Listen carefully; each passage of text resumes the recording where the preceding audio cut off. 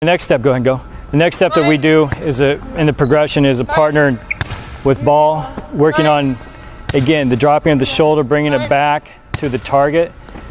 We go about 20 to 30 seconds on this drill. Go 1 to 5 here, and then when we make the next switch, the switch will be 1 to 1. And then the last switch will be 1 to 5. Watch the server, and as the server is about to hit, focus your attention back down on the returner and how he split steps. So as soon as the ball struck, boom, boom, boom, split steps, gets ready, and he can either hit a forehand or backhand that much easier. When you use a split step, it allows you to change your direction, right or left, that much easier. Okay? So let's go ahead and play the clip all the way through so you see in slow motion from the beginning, and then you'll know in real time what that's all about. Boom. Just like that. Ready? Go. Good. Go. So as they play the ball, they want to finish back to the middle of the floor. And that's all from upper body rotation and directing. Let's look at some concepts that will assist in defending the attack that is dropping low and in front of the defender. Good defenders do most of the work by flexing the ankles, the knees, and the hips. The back stays fairly quiet with minimal bend. So as you can see in this clip how the knees drop low, look at the angle that the hips and the knees take. And one of the concepts that we really want to underscore is that the hips are always below the ball on contact and the back stays fairly flat. On a lower ball, the back stays in approximately the same posture, but notice that due to ankle bend and knee bend, the hips are still lower than the ball is. This is very important if we want the ball to come up in the air and stay on your half of the court as opposed to being dug back over the net. So we have to drop our forearms under the ball as you see here. So even on a ball that's coming down low and in front of the defender, the hips still drop lower than the ball. The arms are being driven forward and under the ball, which will allow the ball to take a vertical trajectory and stay on our half of the court. As we drive our arms under the ball, we can relax our wrist, slight curl in the wrist, slight curl in the elbow, and then we extend to the floor on either one or both knees as we really make an effort to drive our hips and forearms under the ball. This will increase the court coverage, and it'll also allow the ball to come up and stay on our half of the court. So this is the same concept just from a different camera angle. Notice how the hips have dropped low, the arms are extending forward and under the ball, and then the defender will drop to a knee or both knees, forearms down to the floor. So here's some live clips of the same skill. So drive forward and under the ball. So here's some video of a live sequence, and notice how the defender drives her hips under the ball and the ensuing dig is allowed to come up in the air.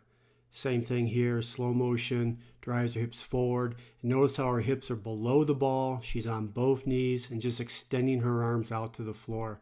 So these are the skills that you can do to both control the ball and keep it on your half of the court, but then also expand your court coverage and dig the balls that are hitting low and in front of you.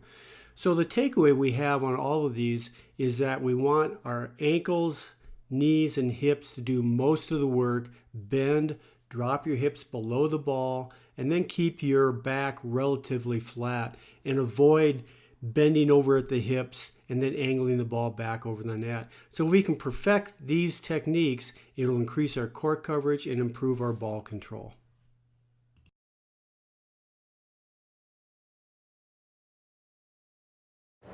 Hi, I'm Alex Kleinman. I'm with the U.S. national team, and today we're going to talk about a passing tip that you can use when the ball is coming high, and you can open up, and it's an easier way to pass those deep balls.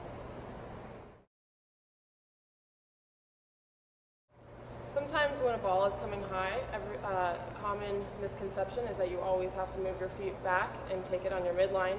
And one thing that we practice with the national team is sometimes you don't have time to move back, and so we open up. And it's a quicker way to make them move and pass a high ball.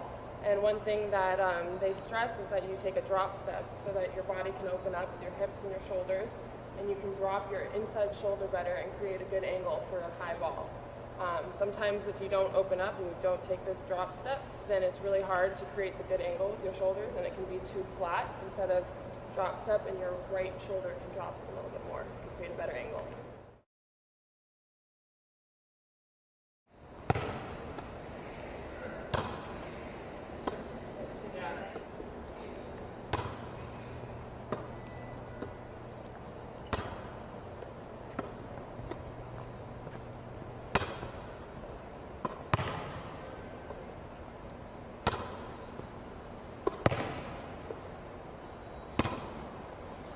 You'll see this is how we need to back up.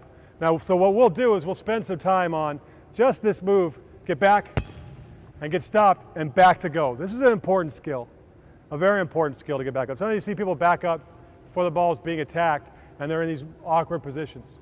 One of the things that we need to make sure we're doing all the time is that we want to make sure on defense that we're facing the action. So right here, she's facing the action with the setter dump, and where I'm standing, she's facing the action as I bounce, so she's facing the action, meaning that her head, shoulders, knees, and toes are all perpendicular to the line that I'm attacking at. So she's back in that position, she can dig. So we work on this skill of backing up. And then what we'll do is when we're teaching, let's come in here again. The next part of this is that we're talking about individual defense. A lot of times in individual defense, depends on the system you're in. The way we teach it, you gotta move somewhere, get stopped, and then go play defense. And so most of the time, especially, you're going to back up, get stopped, and play defense. And so we're going to work on that. So get down in that go posture, we're in that neutral position. First move is we want to back up, and we're going to throw our hips back to move back. We're going to get back in that go posture. Let's just do that for right now. So start and go, and then back up and get and go. Very good. In this next clip, we're going to focus on posture. And so often you hear inside of a defensive practice, the coaches want the players to get down low on defense. And that's partially true.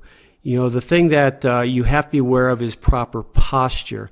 And one of the things, as I stop this here, and we're going to go to a key position clip, is when we say down low, it doesn't mean that you bend over at the waist so your head's low. The thing that I would really emphasize when we're teaching proper defense is bend the ankles. As you see here, the ankles are bent. It's not so much the bend comes from the hips. So when they bend the ankle, it drops the knee, drops the hips, but the back, as you can see, stays fairly erect, you know, a ballpark 45-degree angle. As you can also see, the knees are in front of the toes and the head's in front of the knees, so it's a forward lean. And another point of emphasis is the arms are relaxed and bent in front of the body. This will allow the defender to make athletic moves to the ball. And I see so often players run around the court on defense with their arms already extended, and I think this is a mistake. So relax the arms. As you can see, the upper leg and the forearms are pretty much parallel, and then again the point of emphasis being bend the ankles. Now as we go to this next clip, a very important concept that when we're playing good defense is the hips are always lower than the ball. So as we stop this, you'll see that we're in a good ready position. The elbows are bent and relaxed, and we're in that forward lean position that we talked about earlier. And as the ball comes to the defender, the first thing that drops are the ankles, the knees, and the hips. It's not the head. You know, so the head and the upper body stay fairly erect. Okay, so they're always facing the ball, and notice how the hips drop lower than the ball is. So this is exactly what you want to do in relative to the defensive posture.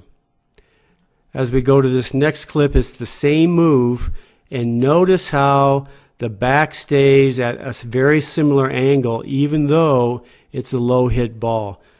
The ankles bend, the knees bend, but the upper body doesn't bend over where the upper body is facing the floor. So again, the hips are lower than the ball, and we drop down under the ball as we're playing it. In this next clip, you'll see some of the same things in terms of dropping under the ball, but now we work on redirecting the ball. And as you can see, as the ball is on the forearms, there's a movement with the hips and the upper body to bring the ball back to where they want it to go. And so often where they want it to go isn't where it came from. So it's a very important concept, and it takes a lot of repetition to manage your hips and manage your platform to direct the ball in the proper position.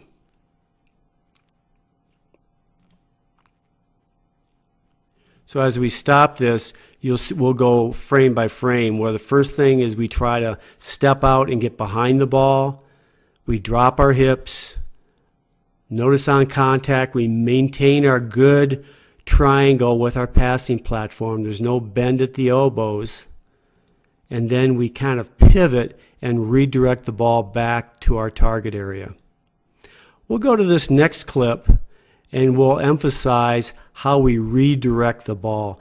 And notice I put a passing platform where the forearms will be, and we'll slowly advance this. So there's the triangle.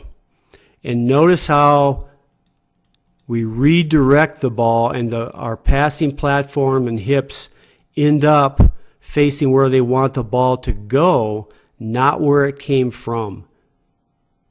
And again, this is, I think, hopefully a good visual of what you want to be. So we have our passing platform, we've stepped out, we've dropped our hips, and then notice how the hips and platform redirect the ball back to the middle of the court.